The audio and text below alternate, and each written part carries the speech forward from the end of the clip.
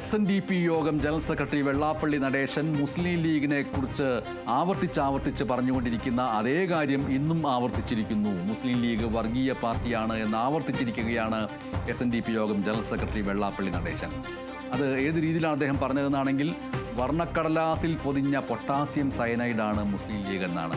Potassium cyanide എന്ന് പറഞ്ഞാൽ നാവിൻ്റെ തുമ്പത്തൊന്ന് വച്ചാൽ തന്നെ അപ്പോൾ തന്നെ മരണം സംഭവിക്കുന്ന, പലരും ജീവൻ ഒടുക്കാൻ വേണ്ടി ആഗ്രഹിക്കുന്ന ഒരു വസ്തുവായിട്ട് പൊട്ടാസ്യം സയനൈഡിനെ പറയാറുണ്ട്. അത്രയധികം പെട്ടെന്നാണ് മരണം സംഭവിക്കുക.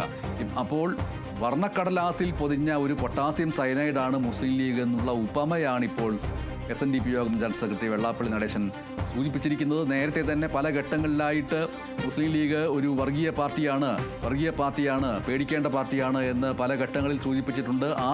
ആവർത്തിച്ചിട്ടുള്ള ആ പരിഹസിക്കലിൻ്റെ, ആരോപണം ഉന്നയിക്കലിൻ്റെ മറ്റൊരു ഘട്ടമാണ് ഇന്ന് ഉണ്ടായിട്ടുള്ളത്. അതിന് കുറച്ചുകൂടി ആലങ്കാരികമായിട്ടുള്ള ഭാഷ ഉപയോഗിച്ച് പറഞ്ഞു എന്നേ ഉള്ളൂ. വർണ്ണക്കടലാസിൽ പൊതിഞ്ഞ പൊട്ടാസ്യം സയനൈഡാണ് മുസ്ലിം ലീഗ് എന്ന്. അവർക്ക് മനുഷ്യത്വമില്ല.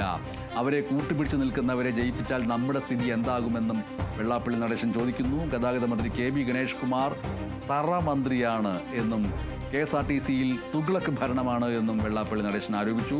ഓർക്കുക, വെള്ളാപ്പള്ളി നടേശൻ്റെ വാർത്താസമ്മേളനങ്ങളും മറ്റും കേൾക്കുമ്പോൾ ഏറ്റവും കൂടുതൽ പരിഹസിക്കാൻ വേണ്ടി ഉപയോഗിക്കുന്ന ഒരു പദപ്രയോഗമാണ് തറ എന്ന വാക്ക്. ആ തറ എന്ന വാക്ക് മന്ത്രി KB ഗണേഷ് കുമാറിന് നേരെയും ഉപയോഗിച്ചിരിക്കുന്നു. കൊല്ലം പുനലൂരിൽ SNDP നേതൃസംഗമത്തിൽ സംസാരിക്കുന്നതിനിടെയായിരുന്നു വെള്ളാപ്പള്ളിയുടെ ഈ വാമൊഴികൾ.